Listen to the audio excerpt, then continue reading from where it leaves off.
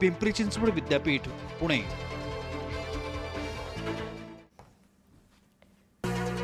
मुंबईच्या उपनगराला रात्रभरात पावसानं झोडपलं। दादर सायन्ससह किंग सर्कलमध्ये पाणी साचलं। मुंबईला आज पावसाचा ऑरेंज अलर्ट।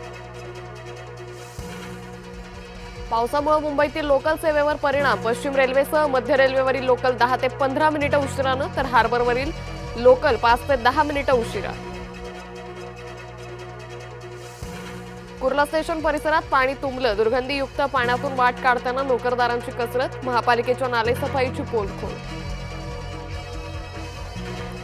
पालघर जिल्ह्याला आज पावसाचा रेड अलर्ट। मुसळधार ते अतिमुसळधार पावसाचा इशारा। शाळा महाविद्यालयांना सुट्टी जाहीर। रायगड जिल्ह्यात पावसाची जोरदार बॅटिंग। जिल्ह्यातील सर्व शाळांना आज सुट्टी। अंबा नदीनं इशारा पातळी ओलांडली।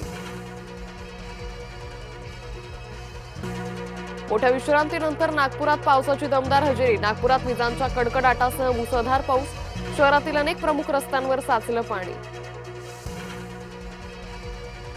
गुहागरमधील आंबलोली रस्ता जलमय। सार्वजनिक बांधकाम विभागाकडून दुर्लक्ष केला गेल्याचा आरोप। मुसळधार पावसामुळे जनजीवन विस्कळीत। केतनला ढकलल्यानंतर त्याचा फोन सियाकडे। सियानं केतनच्या फोनमधून डेटा डिलीट केल्याचा पोलिसांना संशय। नवी मुंबईत अचानक वीजवाहिनी तुटून रस्त्यात पडली। 2 विद्यार्थिनी विजेच्या धक्क्याने जखमी।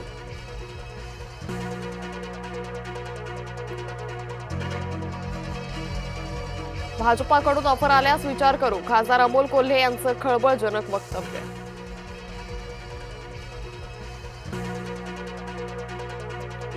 डिजिटल इंडियामुळे भारताची नवी ओळख। केंद्र सरकारच्या डिजिटल इंडिया या उपक्रमाला बुधवारी पूर्ण झाली 11 वर्ष। व्हॉट्सअपच्या नव्या वैशिष्ट्यामुळे सायबर गुन्हे वाढण्याची भीती। केंद्राची मेटाला नोटीस।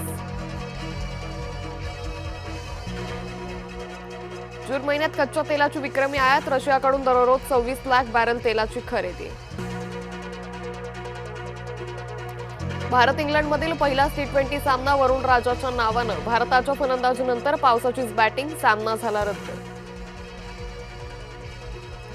अभिषेक शर्मानं रचला इतिहास। 785 बॉलमध्ये ठोकले सर्वात जलद 100 आंतरराष्ट्रीय T20 सिक्सर्स।